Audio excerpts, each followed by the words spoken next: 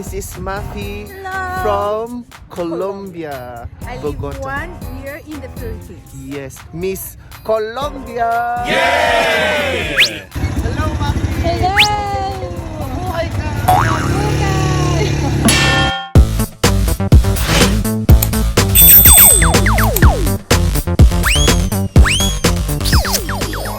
Mga Mondinatics, mag-breakfast muna tayo. Ang laki ng pagsisisi ko na hindi ako dito sa Guremi nag-book ng hotel kasi sobrang convenient niya. Andito lang ng mga travel agency, ang daming restaurant. Tapos at the same time, nasa likod mo lang yung view ng Guremi panorama. Guremi is a town in the Cappadocia region of central Turkey. Just east of the town is the Guremi Open Air Museum. Southwest is Uçhisar Castle. To the north, the landscape of Pasabag Valley. It is the perfect place to stay in Cappadocia since it's at the center of all the tourist attractions. It's also convenient since there are many restaurants, travel agencies, supermarkets, and even ATM machines in the area. Battery kebab.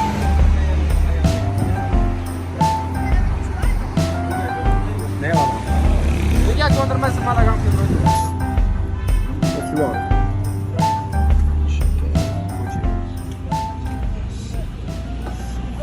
Yan mga Mondinatics, mag-ATV na kami. Honestly, masakit pa rin ang puwet ko kasi nag-horseback riding ako this morning. Pinasign lang kami ng pangalan, signature, I think that's for insurance. Tapos, helmet. Yun yung mga ATV namin, guys. So, ito na tayo, guys. Para kaming nakahilera. Ayan, tara na, guys. Guys, ang hirap mag-vlog, in fairness. I'm so scared.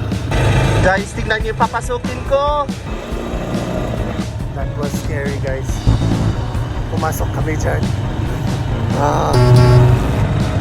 Grabe, di ko alam kung paano nila ginagawa na makapag-record. Nagkagaling nila mag-ATV. Look at the beauty of Cappadocia. So, ayun na sila, guys. Ako na naman naiwan. And I never fall in love again tonight. Ganda ng Cappadocia. In fairness, winner! Yay!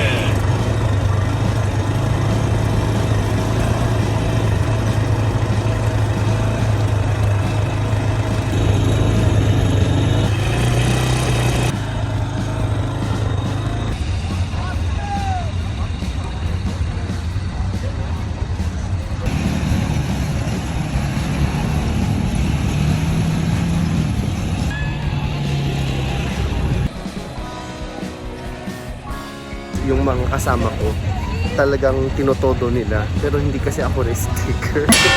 Ayoko baka mamaya bigla akong bumaliktad. Kailangan pa nila ako sa work. Punta tayo sa taas.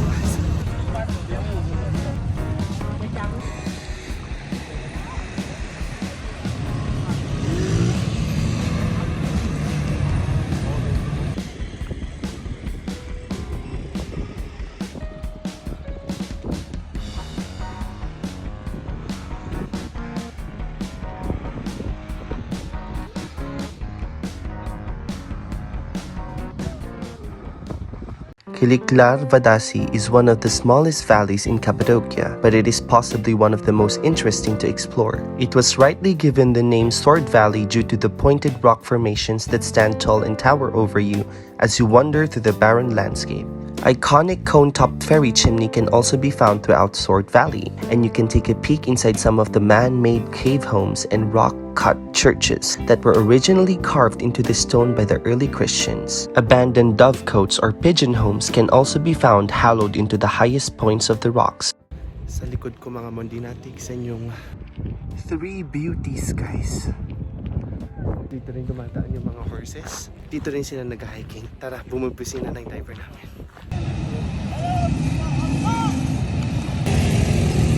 Yay! Hello! Woo! And na guys, alis na naman kami. Yan yung guide namin.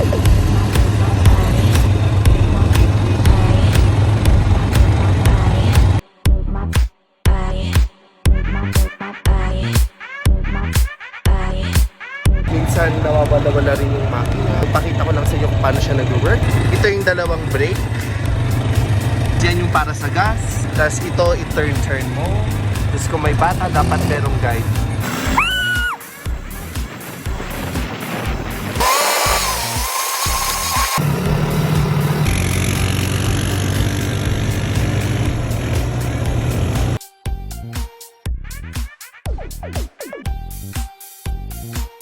Cavazin village can be found nestled between the towns of Avanos and Gremi within White Valley. Carved into Cavazin's craggy cliff face is a labyrinth complex of abandoned houses that you can wander through by climbing up the short cliff path that leads upwards from the village's tiny old mosque.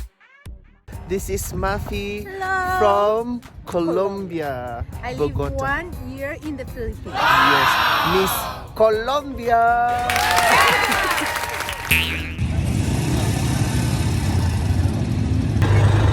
Mafi! Mabuhay ka! Yes.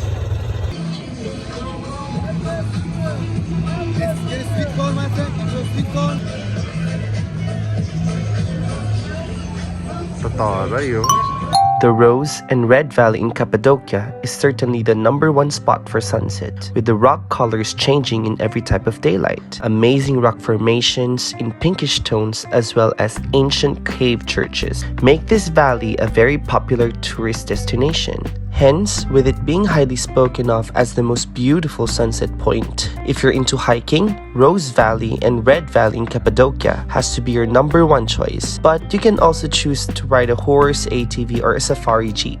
Rose Valley was first developed during the Middle Byzantine period of 900 to 100 AD. The Byzantine Greeks developed the valley's agriculture and cave churches, carved kitchens, beehives, and pigeon houses, many of which can still be seen today. It's now a part of the Goremi National Park.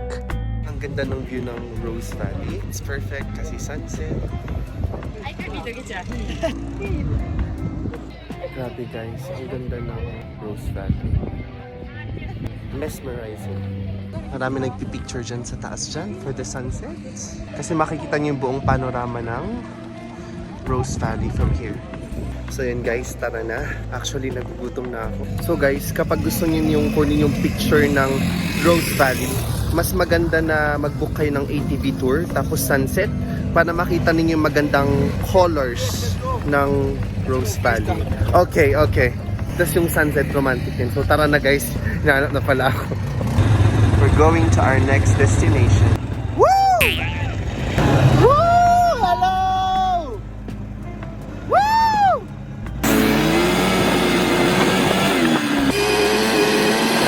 So guys, ang ending namin dito.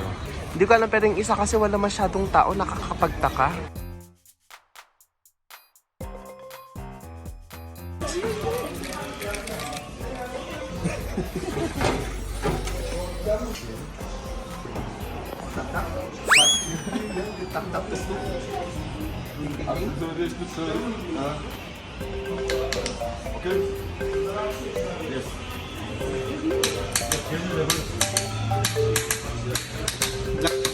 Stronger. Good job! Thank you very much. That's the show. Okay, let's eat.